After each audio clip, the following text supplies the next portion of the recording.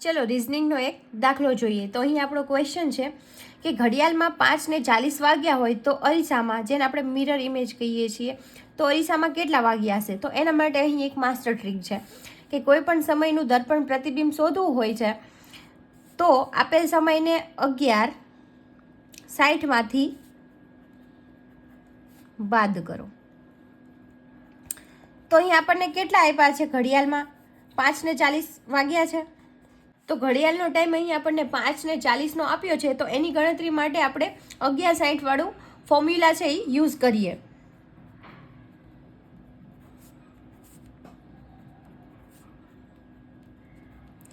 તો અહીં 11:60 છે,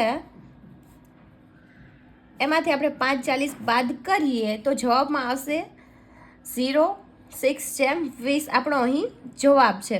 તો ઘડિયાળમાં 6:20 વાગ્યા હશે એક્ઝેક્ટ. તો જોઈએ અહીંયા એક અપવાદ પણ આવે છે. અપવાદ એ છે કે જો સમય 11 વાગ્યાથી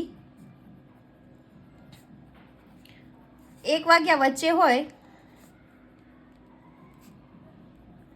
એક્ઝામ્પલ તરીકે 11:20 થઈ હોય કે 12:30 થયા હોય, તો તેને છે ને આપણે તેને 23:60માંથી બાદ કરીશું હંમેશા માટે.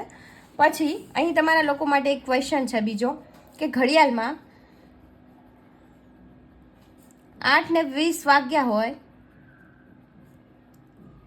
તો અરીસામાં કેટલા વાગ્યા હશે? જેને પણ ખ્યાલ હોય એ કોમેન્ટ બોક્સમાં જણાવો અને વિડીયોને લાઇક, શેર અને સબસ્ક્રાઈબ કરો.